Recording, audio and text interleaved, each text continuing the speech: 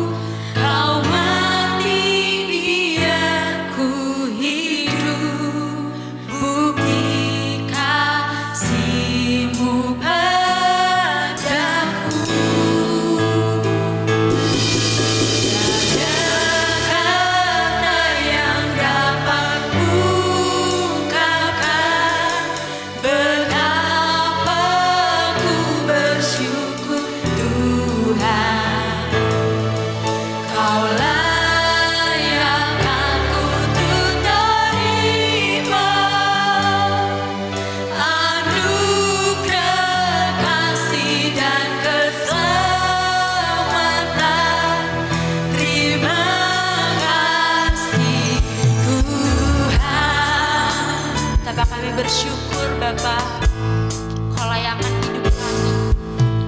Darah-Mu dicurahkan menggantikan nyawaku.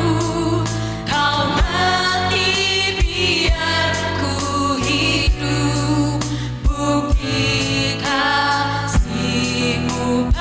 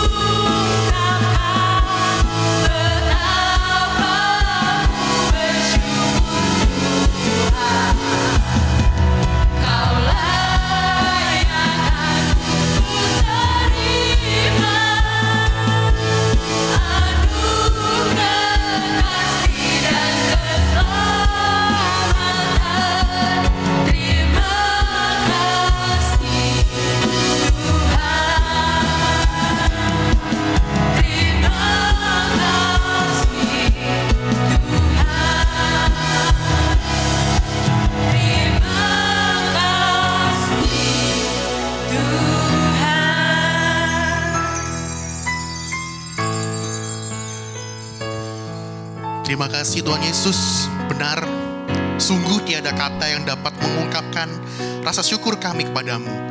Karena kasih-Mu telah begitu besar, Kau yang mulia rela jadi hina dan berkorban bagi kami. Maka dari itu, biarlah hidup yang telah Kau tebus, kami persembahkan sebagai ucapan syukur kami. Biarlah hidup kami berkenan dan sejalan dengan kehendak firman-Mu. Untuk itu, hari ini kami rindu mengenal isi hati-Mu, rindu untuk mengerti kebenaran firman-Mu. Jamah setiap hati kami, agar kami dapat menerima, mengenali, mengerti firman-Mu, dan siap untuk menghidupinya. Urapi juga hamba-Mu yang menyampaikan firman-Mu, agar hanya kebenaran firman-Mu yang hamba bagikan, dan hanya nama-Mu yang dipermuliakan. Terima kasih Tuhan Yesus, segala kemuliaan hanya bagi nama-Mu. Dalam nama Tuhan Yesus, kita yang siap mendengarkan firman Tuhan, sama-sama kita katakan, amin. Silakan duduk. Shalom. Puji syukur pada Tuhan, karena kemurahannya saya dapat kesempatan kembali untuk melayani Bapak Ibu Saudara. Dan sebelum saya memulai sharing firman Tuhan, saya ada sedikit cerita Bapak Ibu. Jadi suatu ketika saya sedang pulang dari kantor gitu ya. Kemudian saya berminat untuk mampir ke Indomaret. Di Jalan Bogor itu ada Indomaret Fresh yang drive-thru itu. Di situ saya beli Point Cafe di situ karena saya suka kopi di sana. Kemudian ketika saya sudah pesan, saya lagi menikmati kopi itu, saya sambil duduk di situ ya, saya menikmati kopinya. Saya melihat sosok anak kecil dari jendela di Indomaret itu, di luar itu ada anak kecil lagi jualan. Kemudian saya lihat, oh dia jualan donat, tapi kok masih kecil banget gitu ya. Sebenarnya saya tersentuh gitu, saya kasihan gitu, pengen nolong. Tapi karena saya lagi duduk dan ingin nongkrong, dan saya lihat di dompet saya kok nggak ada uang cash ya. Kan nggak mungkin juga saya transfer ke anaknya ya. Apalagi kris gitu kan juga kayaknya nggak ada gitu. Jadi saya merasa kayak, ya udahlah mungkin belum waktunya gitu. Tapi saya teringat tiba-tiba, wah saya kan pernah komitmen mau jadi berkat buat sesama kalau di kesempatan apapun gitu. Di situ hati saya dilema. Mau saya lanjutin ngopinya santai atau saya beranjak ngambil uang ke ATM gitu. Akhirnya saya memutuskan untuk beranjak ke ATM. Tapi ya itu sambil mengeluh saya bilang, aduh mesti tarik duit ini gitu. Dan seperti biasa kalau saya mau tarik duit kan saya menggunakan aplikasi M-Banking. Dan di situ saya cek saldo dulu. Wah ternyata budget yang saya alokasikan buat jajan nih terbatas gitu ya. Akhirnya saya mengeluh lagi, aduh ini mesti berhemat ini. Singkat cerita saya tarik tunai, saya kasih ke anak itu, kemudian saya pulang. Di tengah jalan, tiba-tiba sepertinya Tuhan taruh sesuatu di hati saya dan saya mengingat kejadian yang sekitar beberapa minggu sebelum itu. Jadi saya dan teman-teman tuh berjalan-jalan di kayu tangan, malam-malam gitu ya, menikmati kayu tangan, jalan-jalan gitu, dari ujung ke ujung jalan kaki. Kemudian kita mau nyebrang nih, lewat jembatan penyeberangan itu. Nah di jembatan penyeberangan itu, kami bertemu anak kecil. Anak kecilnya juga lagi jualan, cuma anak kecilnya lagi tertidur Bapak Ibu. Di situ saya lihat, wah kasihan gitu, tapi cuma sebatas itu. Tapi teman saya tuh langsung gercep. Dia langsung hampiri, halo adek gitu. Kamu dari jam berapa di sini, jualan apa? Ditanyain pulangnya jam berapa, gimana? Ternyata pulangnya sampai jam 12, pulangnya jalan kaki. Padahal rumahnya itu di Madiopuro, padahal dari kayu tangan kan lumayan jauh ya. Terus ditanyain juga, di rumah ada siapa aja, bapak ibunya masih ada apa enggak gitu. Dan kemudian karena belas kasihan, akhirnya teman saya tuh mengeluarkan dompetnya dan memberikan sejumlah uang kepada dia. Nah di sini jujur saya kaget. Karena saya kenal teman saya ini kondisi keuangannya juga bukan yang baik-baik aja gitu. Tapi dia tetap ikhlas dan rela untuk memberikan kepada anak itu. Dan saya tahu dia tulus karena ketika kita pergi, dia masih kayak, aduh kasihan banget anak itu. Bahkan dia meneteskan air mata buat anak itu.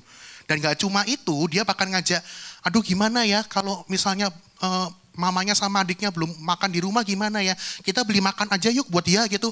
Dia masih mau memberikan lebih gitu. Bahkan dia sudah memberikan tapi dia masih mau memberi lebih gitu. Dan di situ saya merasa tertohok. Wah ternyata saya nolong anak yang di Indomaret ini nggak setulus teman saya gitu ya. Bahkan saya masih perhitungan gitu. Di satu sisi saya bersyukur karena berarti Tuhan masih ingetin saya, Tuhan masih negur saya. Dan di situ saya mengaku bahwa oke, Tuhan saya bersalah, saya mau lebih baik lagi. Tapi di sini ada satu hal yang jadi perenungan saya Bapak Ibu. Apa yang bedain saya dengan teman saya ini? Kenapa kok saya bisa mengeluh, tapi teman saya bisa bahkan di tengah kondisi kesusahannya dia bisa dengan tulus memberikan gitu. Akhirnya saya coba berdoa, saya coba cari di Alkitab.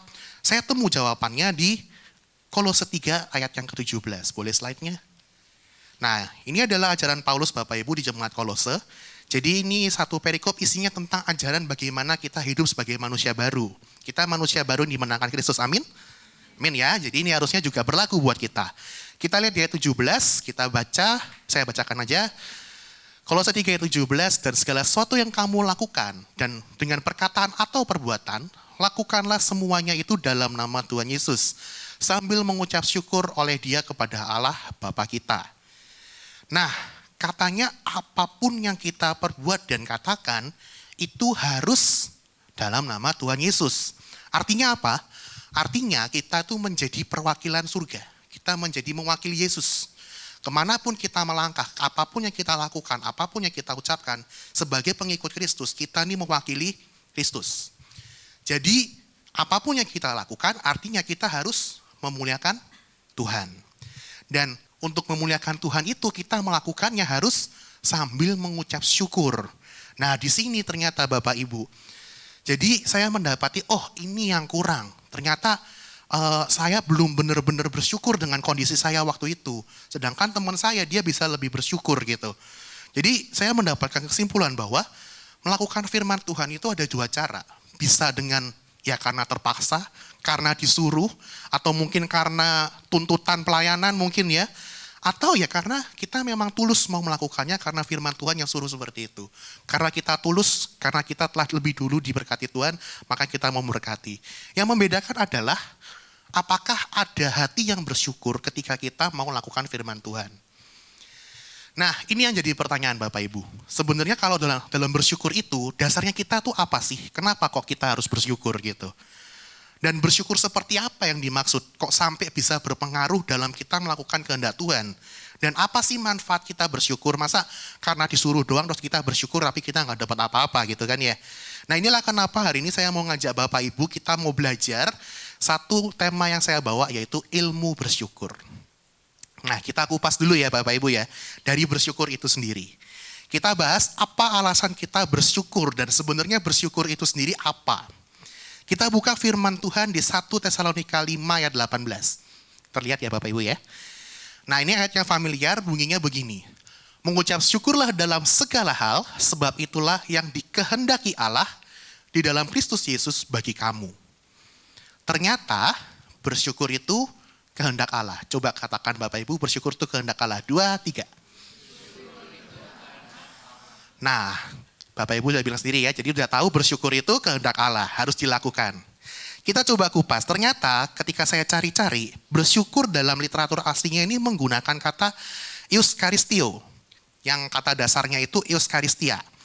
Artinya itu adalah sikap hati yang menyadari karunia Tuhan. Atau sikap hati yang menyadari bahwa segala sesuatu yang terjadi yang kita dapatkan itu adalah karena karunia Tuhan. Jadi menyadari bahwa ini semua tuh bukan milikku. Ini semua bukan karenaku tapi karena Tuhan. Gitu ya. Dan ada hamba Tuhan yang berkata, bersyukur adalah sikap hati yang disengaja. Bukan kebetulan, bukan tiba-tiba, bukan coba-coba. Artinya bukan just a try but to train. Jadi bukan cuma mencoba, tapi berlatih untuk bersyukur. Ada kedisiplinan yang diperlukan supaya kita bersyukur dengan benar. Nah, seperti apa bersyukur yang benar itu? Kalau kata firman Tuhan tadi, dalam segala hal. Segala hal artinya apa? Segala hal itu artinya, baik walaupun susah maupun senang, itu kita bersyukur gitu. Mungkin kita berpikir, kalau bersyukur pas senang, gampang gitu ya. Tapi kalau bersyukur pas susah, ya sulit gitu. Tapi jangan keliru Bapak Ibu. Kadang kita kalau seneng pun lupa bersyukur juga gitu. Atau bahkan kita waktu seneng pun bersyukurnya bisa jadi keliru loh Bapak Ibu. Nah, jadi yang kita kira mudah gak semudah mudah. Itulah kenapa yang saya mau sharingkan tentang ilmu ini gitu. Ilmu yang saya maksud tuh bukan pengetahuan kuliahan 2 SKS, 4 SKS gitu enggak ya. Tapi prinsip-prinsip dalam Alkitab yang bisa kita pelajari, yang bisa kita hidupi, supaya kita bersyukur dengan hati yang benar, sesuai dengan yang Tuhan mau. Coba kita kupas yang pertama, bersyukur saat senang. Nah, kita mau belajar dari tokoh Alkitab, namanya Lea. Nah, Lea ini ada di dalam Kejadian 29. Saya ceritakan dulu ya. Jadi Lea ini kan tokoh Alkitab, anaknya Laban, saudaranya Rahel, istrinya Yakub. Nah, kita mau lihat nih dari kesenangan apa yang dia dapat, dan kemudian kita juga bisa tahu senang yang dimaksud itu seperti apa. Karena senang yang dimaksud tuh, yang saya maksud senang ini adalah ketika doa kita dijawab Tuhan, ketika kita dapat jalan keluar, ketika kita dapat sukacita, kita dapat jawaban dari Tuhan, intinya ketika kita diberkati. Nah, dulu Bapak Gembala pernah berkhotbah tentang kehendak Allah di balik berkatnya, itu berkata bahwa berkat itu bukan hanya kekayaan Bapak Ibu. Bisa jadi sukacita, bisa jadi damai sejahtera, kesembuhan pun, kelepasan pun, kelegaan teman yang ada sekitar kita pun, itu juga berkat. Nah, kita coba lihat di Kejadian pasal 29 ayat 31 sampai 35. Ini saya potong-potong dikit karena nggak cukup slide-nya ya. Saya bacakan ya. Kejadian 29 ayat 31 sampai 35. Yang pertama, ketika Tuhan melihat bahwa Lea tidak dicintai, dibukanyalah kandungannya, tetapi Rahel mandul. Lea mengandung lalu melahirkan seorang anak laki-laki. Anak yang pertama namanya Ruben. Sebab katanya, sesungguhnya Tuhan telah memperhatikan kesengsaraanku. Sekarang tentulah aku akan dicintai oleh suamiku. Mengandung pula lah ia, lalu melahirkan seorang anak laki-laki, maka ia berkata, sesungguhnya Tuhan telah mendengar bahwa aku tidak dicintai. Lalu diberikannya pula anak ini kepadaku, maka ia menamai anak itu Simeon, ini anak kedua. Mengandung pula lah ia, lalu melahirkan seorang anak laki-laki, maka ia berkata, sekali ini suamiku akan lebih erat kepadaku, karena aku telah melahirkan 3 anak laki-laki baginya. Itulah sebabnya ia menamai anak itu Lewi. Mengandung pula lah ia, lalu melahirkan seorang anak laki-laki, maka ia berkata, sekali ini aku akan bersyukur kepada Tuhan. Itulah sebabnya ia menamai anak itu Yehuda. Sesudah itu ia tidak melahirkan lagi. Nah, ini adalah 4 anak pertama dari Lea, 4 anak pertama dari Yakub juga. Dan saya tertarik dengan ayat ini karena setiap anaknya lahir, yang ucapan syukur yang diberikan Lea itu beda-beda. Kita coba kupas ya, yang pertama ya. Yang pertama, ketika Ruben lahir, Lea berkata, sesungguhnya Tuhan telah memperhatikan kesengsaraanku. Di sini Lea itu kan berarti dia kan nggak dicintai sama Yakub gitu ya. Karena Yakub maunya sama Rahel. Tapi Laban ini, orang tuanya Lea sama Rahel, dia nipu Yakub. Kan dikasih janji gitu ya. Yakub pengen nikahin Rahel, tapi sama Laban, oke, kamu kerja dulu 7 tahun sama aku. Setelah kerja 7 tahun, yang didapat malah kakaknya, bukan adiknya gitu. Si Yakub nggak terima, sayang aku nggak mau gini. Ya udah nggak apa-apa, masa mau adiknya duluan, kakaknya dulu yang nikah. Kamu kalau udah selesai nanti kerja lagi 7 tahun baru dapat Rahel gitu. Oke, Yakub panggilnya ladenin. Artinya apa? Artinya Yakub sebegitu mengejarnya Rahel. Dan Lea yang udah dinikahi malah nggak dianggap gitu. Jadi Lea nggak dicintai sama Yakub, dan di situ pasti menjadi penderitaan bagi Lea. Ternyata Tuhan melihat penderitaan Lea sehingga mengaruniakan buah hati. Dari buah hati inilah Yakub bisa mencintai Lea. Kan banyak ya, keluarga itu kan bisa lebih diikat kalau ada anak gitu. Jadi sama di sini Bapak Ibu. Nah, kita lihat anak yang pertama, di sini Lea berkata Tuhan telah memperhatikan kesengsaraanku. Dari sini ketika Lea dapat anak, Lea mengenal Allahnya sebagai Tuhan yang memperhatikan penderitaan umatnya. Itu juga asal mula nama Ruben ya, artinya memperhatikan. Kemudian ketika Simeon lahir, Lea berkata lagi, sesungguhnya Tuhan telah mendengar bahwa aku telah tidak dicintai bla bla bla bla.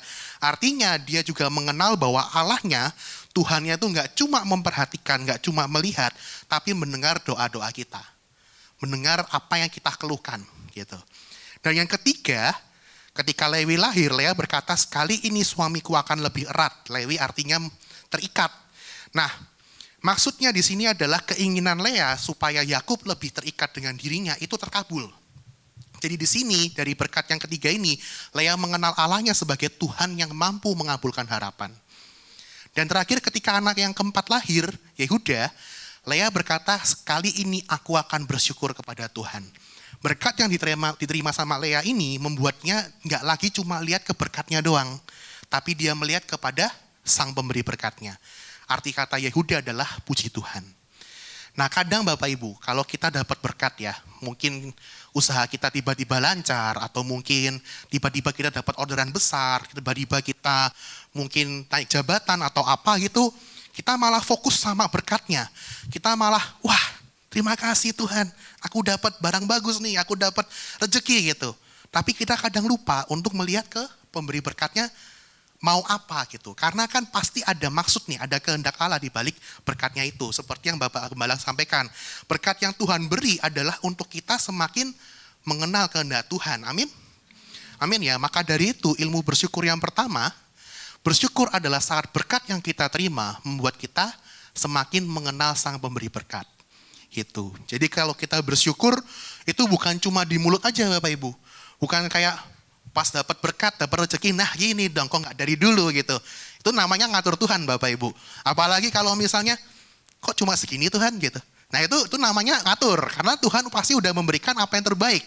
Tuhan udah memberikan apa yang sesuai dengan kapasitas kita.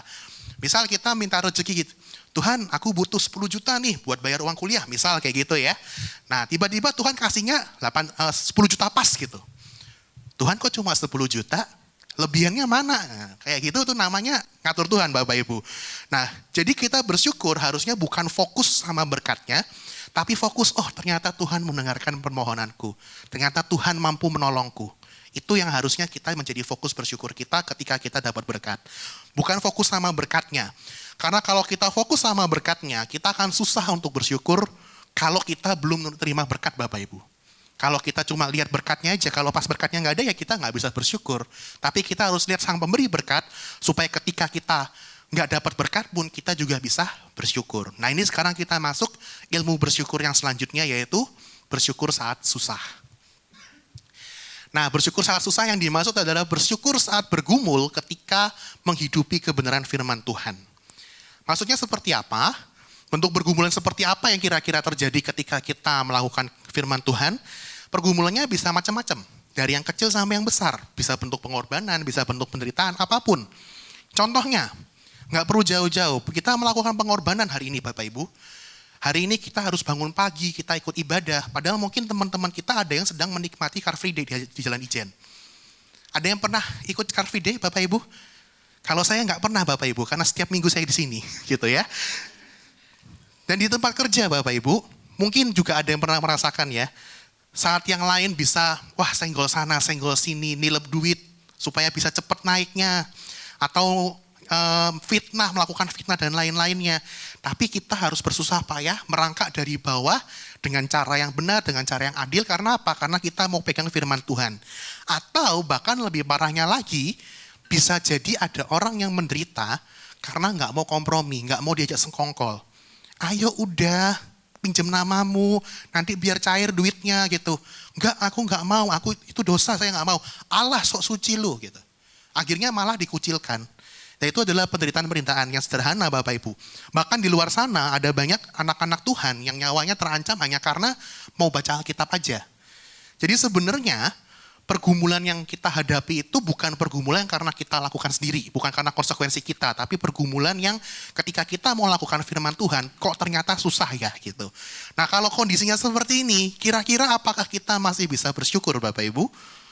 Masih bisakah kita melakukan firman Tuhan dengan tulus? Apakah kita kayak, aduh kok susah ya Tuhan gitu. Nah inilah Bapak Ibu, mari kita belajar, kita lihat di ilmu bersyukur dalam tekanan yang mau saya bagikan. Ada 3 prinsip yang mau saya bagikan. Pertama, kita harus menyadari kasih Tuhan. Bahkan kasih Tuhan yang tersembunyi. Di dalam Lukas pasal 15 itu ada perumpamaan tentang anak yang hilang. Saya yakin dan percaya Bapak Ibu udah tahu ya ceritanya ya. Kalau yang belum tahu singkatnya ada anak bungsu, jadi ada kakak adik. Yang bungsu ini durhaka Bapak Ibu. Bapaknya masih hidup, dia minta warisan. Pak saya minta warisan Pak, saya mau pergi, mau bikin usaha sendiri gitu. Oke, karena bapaknya baik dikasih, terus habis itu anak ini pergi. Tapi bukannya buka usaha, dia malah berfoya-foya. Sampai akhirnya hartanya habis dan akhirnya dia kelaparan. Bahkan kalau dia cari kerja, di situ dicatat bahwa dia kerja di tempat kandang babi. Dia mau minta makan ampas babi aja nggak boleh, sampai-sampai dia kelaparan. Akhirnya dia mau coba melamar kerja ke rumah bapaknya. Dia mau balik ke rumah bapaknya, bukan lagi sebagai anak, tapi sebagai pekerja gitu ya. Tapi bukannya dimarahin, bukannya dihina tuh kan kamu nggak bisa sendiri gitu. Bukan, tapi bapaknya malah berlari, memeluknya dan mencium anaknya itu. Anaknya bilang, Bap, aku nggak layak lagi jadi anak bapak. Tapi ayahnya bilang, enggak, ayo kita masuk, kita adakan pesta buat kamu karena anakku yang hilang telah kembali gitu. Yang menarik Bapak Ibu adalah respon kakaknya, si sulung. Kita lihat ayat 29. Tetapi ia menjawab ayahnya katanya, telah bertahun-tahun aku melayani Bapak dan belum pernah aku melanggar perintah Bapak.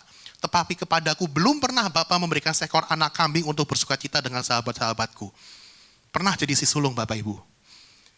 Mungkin kita merasa kayak, aku udah ikut Tuhan, udah lakuin yang benar, udah lakuin ini itu sesuai firman Tuhan, kok malah dia yang naik jabatan ya? Padahal dia bahkan Kristen aja enggak loh. Aku udah setia ikut Tuhan, kok aku malah harus menderita sih? Aku udah capek-capek melayani Tuhan, kok aku harus kekurangan sih? Nah, pernah nggak Bapak Ibu merasa kayak gitu? Saya rasa pasti pernah lah kita merasakan kondisi seperti itu ya. Rasa frustasi atau mungkin merasa nggak adil gitu ya, itu muncul saat kita mulai membandingkan diri kita dengan orang lain. Saat kita mulai mengukur kasih Tuhan, jalan Tuhan itu dengan standar manusia. Kita itu hanya melihat apa yang Tuhan lakukan pada orang lain yang nampak saja. Kita nggak tahu proses di baliknya. Kita nggak tahu apa yang dia lakukan sehingga dia dapat itu. Dan kita juga melihat apa yang kita rasakan dari apa yang kita lihat aja. Kita nggak tahu kacamata Tuhan, ternyata Tuhan punya maksud di balik itu semua. Ternyata Tuhan punya rencana yang lebih besar dari itu semua. Karena kadang-kadang kita lupa, Paulus kan pernah ngajarin di dalam Roma sekian itu, Allah turut bekerja dalam segala sesuatu untuk apa? Mendatangkan kebaikan. Dan rencana Allah itu untuk mendatangkan kebaikan bukan cuma sepenggal-penggal. Bukan cuma sampai umur 20 tahun aja, apa 30 tahun aja. Tapi seumur hidup kita itu udah direncanakan sama Tuhan. Jadi kalau kita udah tahu itu, harusnya kita nggak perlu bandingin lagi sama orang lain. Karena ada kasih Tuhan yang sempurna yang mungkin belum kita lihat. Jadi kita harus menyadari kalau Tuhan itu selalu punya alasan, selalu punya rencana di setiap pergumulan kita. Tuhan itu adalah Bapa. Jadi ada hal-hal yang mungkin kita nggak sadar. Kan mungkin kayak seorang anak kecil nggak tahu nih. Kalau bapaknya udah nyiapin investasi supaya anaknya bisa kuliah. Kalau bapaknya nabung, nggak beliin mainan. Supaya apa? Supaya nanti dia bisa masuk di sekolah yang bagus. Gitu. Tapi anaknya mungkin ngertinya apa? Papaku nggak mau beliin mainan. Gitu. Padahal ada rencana yang anak ini nggak bisa lihat. Seperti itu Bapak Ibu. Kadang kita nggak ngerti rencana Allah, tapi Allah udah punya rencana yang baik buat kita. Nah, kalau kita hanya mengenal Tuhan dari apa yang kita lihat, itu akan menjadi pengenalan yang salah. Jadi sekarang kita harusnya nggak bandingin lagi diri kita dengan orang lain, dan harusnya kita juga menyadari bahwa Allah punya rencana yang baik buat kita. Kasihnya itu benar-benar besar dan ada bahkan sesuatu yang nggak terlihat bagi kita. Nah, kalau kita udah ngerti bahwa ada rencana Allah dalam pergumulan kita, apa yang harus kita lakukan? Nah, ini kita masuk di prinsip yang kedua, yaitu stay humble and stay positive. Belajar dari Paulus di surat Filipi pasal 4 ayat 6-8. Saya bacakan, janganlah hendaknya kamu khawatir tentang apapun juga, tetapi nyatakanlah dalam segala hal keinginanmu kepada Allah, dalam doa dan permohonan dengan ucapan syukur. Damai sejahtera Allah yang melampaui segala akal akan memelihara hati dan pikiranmu dalam Kristus Yesus. Jadi akhirnya saudara-saudara, semua yang benar, semua yang mulia, semua yang adil, semua yang suci, semua yang manis, semua yang sedap didengar, semua yang disebut kebajikan dan patut dipuji, pikirkanlah semua itu. Nah, bahkan ini kan adalah surat Paulus yang ditulis ketika Paulus di penjara. Di penjara enak apa enggak Bapak Ibu? Yang normal nggak enak ya Bapak Ibu ya. Yang normal nggak enak. Apalagi zamannya Paulus, penjaranya itu nggak enak. Karena dia ini adalah buronan yang dianggap sebagai menyebar propaganda gitu. Jadi dia benar-benar mendapat penderitaan yang sangat nggak nyaman. Tapi Paulus mengajarkan untuk jangan khawatir. Kadang kita pikir ini ya, kalau orang yang hidupnya enak, bilang tenang, kamu nggak boleh khawatir. Ya situ enak, hidupnya enak. Kalau gue mah nggak bisa kayak gitu. Karena kadang orang yang ngomong jangan khawatir itu nggak ngerti penderitaan kita. Tapi ini Paulus ngerti. Paulus ini berada di penjara. Dia ikut Yesus, dia udah menderita macam-macam, tapi dia bilang jangan khawatir. Terus habis itu kita harus apain? Bawa semua keinginan itu dalam doa dan ucapan syukur. Nah ini sedikit tambahan topik dikit. Ayat ini sering dipelintir Bapak Ibu. Banyak yang bilang, nyatakanlah keinginanmu dalam doa, nanti dikabulkan. Jadi banyak orang yang bilang, ayo kamu mau masuk ke universitas luar negeri, doa, nyatakan semua keinginanmu dalam doa gitu. Padahal Bapak Ibu, ini konteksnya adalah ketika kita menghadapi penderitaan. Kan katanya janganlah khawatir, tapi nyatakan keinginanmu dalam doa. Apa sih keinginan dari orang yang lagi khawatir? Keinginan orang yang lagi khawatir adalah keluar dari masalahnya. Nggak ada orang yang lagi khawatir, misal lagi, aduh aku lagi di pedalaman nih, aku lagi, misalnya nih ekstrim dikit ya, kita jatuh dari pesawat gitu, tapi kita selamat, kita belum mati, tapi kita terdampar gitu. Terus kita berdoa, Tuhan aku mau emas 10 kilogram. Kan aneh, pasti kita berdoanya Tuhan selamatkanlah aku gitu kan ya. Jadi keinginan yang dimaksud adalah jawaban dari pergumulan kita. Sama Paulus, kita disuruh bawa dalam doa dan tetap mengucap syukur. Artinya apa? Kita harus merendahkan hati kita. Kalau kita dalam masalah, kita harus mengakui bahwa Tuhan, aku memang ada masalah. Dengan rendah hati kita berserah. Tuhan, aku butuh jalan keluar gitu. Dan dalam tetap ucapan syukur, artinya kita tetap bersyukur bahwa karena Tuhan pasti akan menolong kita. Artinya kita mengakui bahwa Tuhan mampu menolong kita dengan damai sejahtera yang ada di ayat 7 tadi. Jadi ketika kita dalam masalah, kita percaya bahwa Tuhan mampu berikan kita jalan keluar. Bahkan sebelum dapat jalan keluar pun kita bisa dapat damai sejahtera, kita bisa dapat kekuatan, kita bisa dapat segala hal yang melindungi akal pikiran kita. Atau mungkin ketika ada masalah, kita malah mikir, aduh nanti misal lagi sakit gitu ya, jangan-jangan nanti sakitnya malah komplikasi. Atau misal lagi ada masalah di kantor, jangan-jangan habis ini mau kena PHK. Stop pikiran negatif Bapak Ibu. Paulus bilang di ayat ke-8, pikirkanlah yang baik, mulia, suci, sedap didengar, dan lain-lainnya yang positif-positif Bapak Ibu. Mungkin kita pernah saat bergumul, kita malah pertanyain kok gini sih, kok gitu sih. Atau bahkan malah menduga-duga hal yang buruk kayak tadi. Nah kalau seperti ini, jelas kita akan susah untuk bersyukur. Jadi ayo kita belajar, saat menghadapi masalah, ambil sisi positifnya dan stop mengeluh. Saat ada rekan kerja yang lagi toksik gitu ya, yang tidak menyenangkan gitu. Puji Tuhan, Tuhan memberikanku kesempatan untuk sabar. Atau mungkin buka usaha nggak dapat customer. Puji Tuhan, masih diberi kesempatan untuk menjadi lebih baik. Dan juga mungkin kita bisa tambahin nih. Dan aku percaya Tuhan pasti akan bukakan jalan tepat pada waktunya. Artinya kita tetap bersyukur dengan segala kondisi kita. Kita bersyukur bahwa kondisi kita ini pasti adalah hal yang baik dari Tuhan. Dan tetap kita nyatakan bahwa Tuhan aku perlu customer. Tuhan aku perlu kenaikan gaji atau semacamnya seperti itu. Cuma dengan tetap rendah hati Bapak Ibu. Bukan kita ngancam-ngancam Tuhan. Tuhan kalau aku nggak naik gaji, aku nggak mau ikut Tuhan lagi. Nah itu nggak boleh. Karena itu namanya kita udah fokusnya sama diri kita sendiri. Kita nganggap Tuhan sebagai alat pengabul aja. Padahal Tuhan adalah Tuhan kita. Dan kita adalah hambanya. Jadi harusnya kita dengan rendah hati menghadap Tuhan kita. Tuhan kita raja loh. Jadi kita harusnya dengan rendah hati, dengan hormat kita datang, Tuhan terima kasih atas kesempatan yang kau berikan. Tuhan aku butuh ini. Aku percaya Tuhan bisa menolong aku gitu. Itu adalah doa yang benar Bapak Ibu. Nah jadi ketika kita menghadapi pergumulan dengan tidak khawatir tapi dengan rendah hati, masuk ke dalam hadirat Tuhan, mengucap syukur dan percaya ada rencana yang baik yang Tuhan siapkan, itu akan memampukan kita untuk kita bisa bersyukur dalam tekanan itu. Nah terus gimana misalnya kalau nggak ada hal positif yang bisa kita lihat? Mau positif apa nih, ini proses kok rasanya gak enak kabeh, ini kok kerjaan gak enak, atau misalnya gajinya macet 6 bulan gitu ya. Mau bersyukur atau boleh hal positif apa coba yang mau dilihat gitu, gak ada gitu. Nah salah Bapak Ibu, bukan gak ada hal yang positif. Kita lihat prinsip yang ketiga adalah fokusnya sama Tuhan. Karena hidup kita milik Tuhan. Di dalam 1 Korintus pasal 6, Paulus menjelaskan bahwa kita sebagai pengikut Kristus itu beda dengan dunia ini. Kita bukan orang yang sama lagi dengan orang dunia. Karena kita ini bukan milik Tuhan lagi. Bukan milik kita lagi, tapi milik Tuhan. Kita baca ayat 19-20 ya.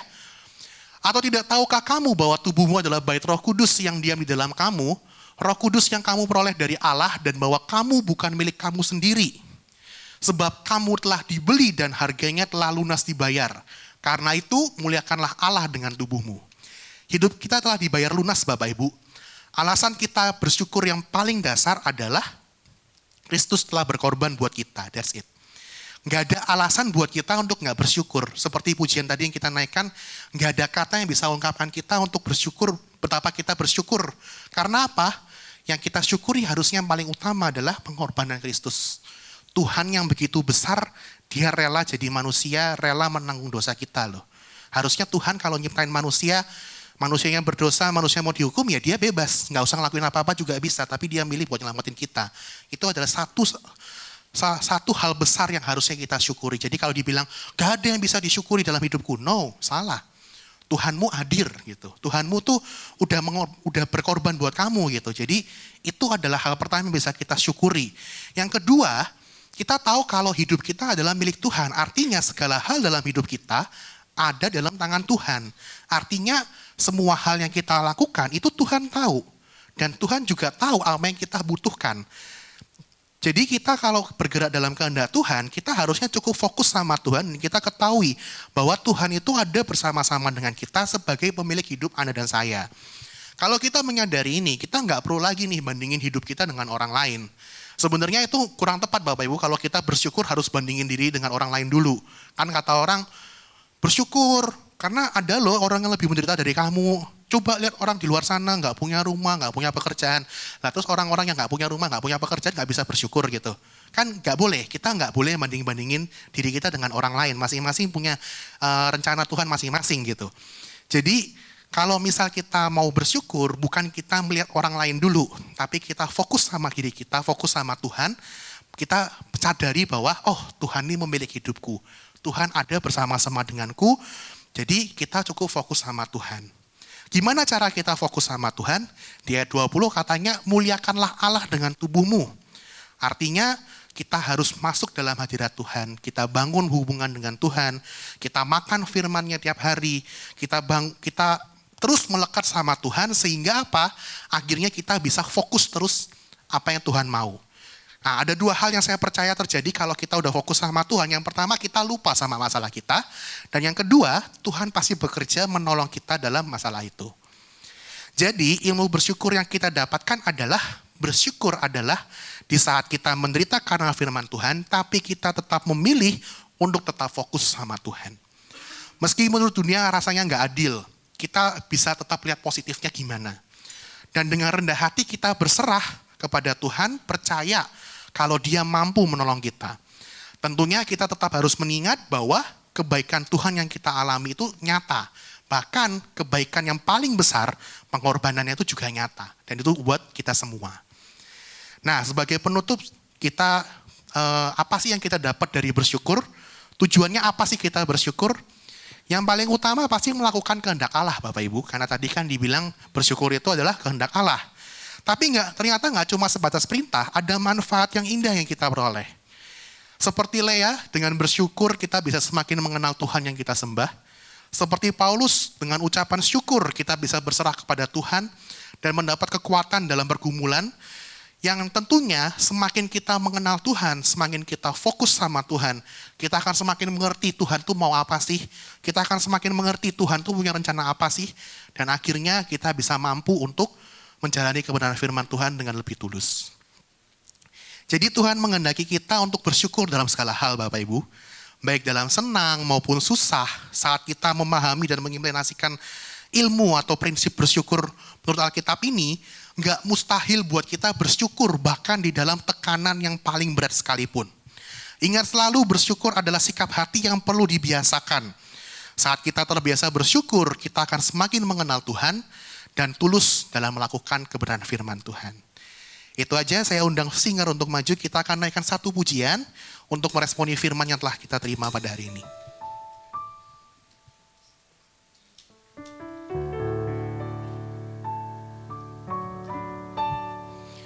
Tuhan itu udah begitu baik Bapak Ibu. Saking baiknya gak ada kata-kata yang dapat kita ungkapkan untuk kita bersyukur.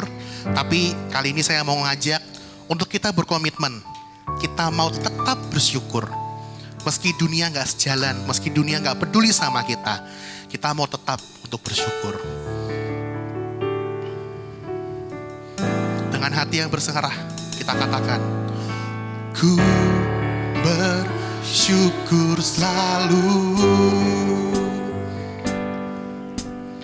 dalam kelemahanku, ada rencana yang indah kau berikan bagiku. Sekali lagi katakan, ku bersyukur selalu. Bersyukur selalu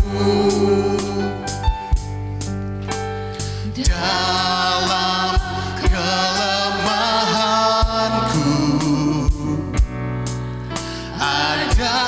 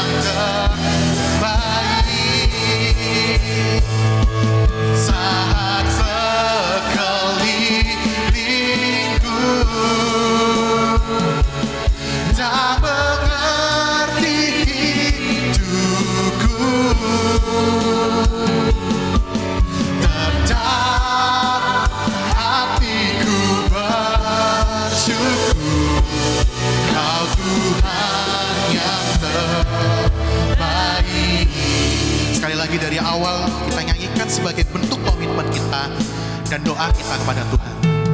Ku bersyukur selalu dalam kelemahanku, ada rencana yang indah berikan bagiku. Saya undang Bapak Ibu bangkit berdiri, kita nyatakan dengan hati. Seada aku tak sejalan denganmu,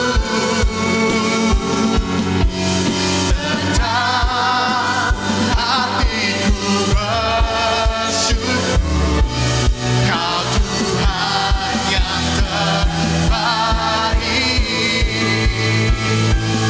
Saat sekelilingku tak mengerti hidupku, tetap hatiku bersyukur, Kau Tuhan yang terbaik. Dengan lembut kita mau nyatakan dengan iman.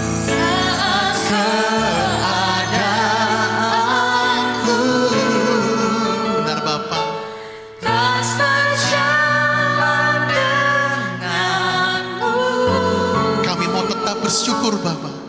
tetap hatiku bersyukur, Kau Tuhan yang Terbaik. Oh, saat sekelilingku tak mengerti hidupku, tetap hatiku bersyukur, Kau Tuhan yang terbaik. Tetap hatiku bersyukur, tetap hatiku bersyukur, Kau Tuhan yang terbaik. Tetap hatiku, tetap hatiku bersyukur, Kau Tuhan yang terbaik. Benar Bapa, Engkau adalah Tuhan yang terbaik. Kami sungguh bersyukur, meski nggak ada lagi kata-kata yang bisa mengungkapkan rasa syukur kami, tapi kami mau tetap bersyukur. Nggak peduli mau dunia nggak sejalan dengan kami, mau dunia nggak peduli sama kami, tetap hati kami mau bersyukur Bapa. Tapi kami juga paham bahwa kami ini manusia yang lemah, nggak bisa sendirian Tuhan. Kami perlu tuntunan daripadamu, kami perlu kekuatan daripadamu.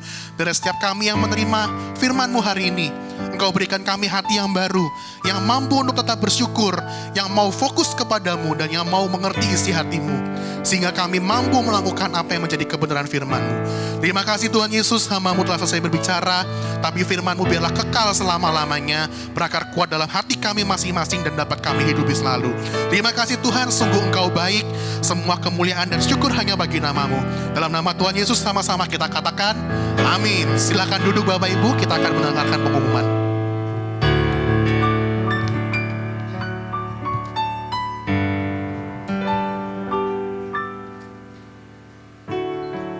Shalom.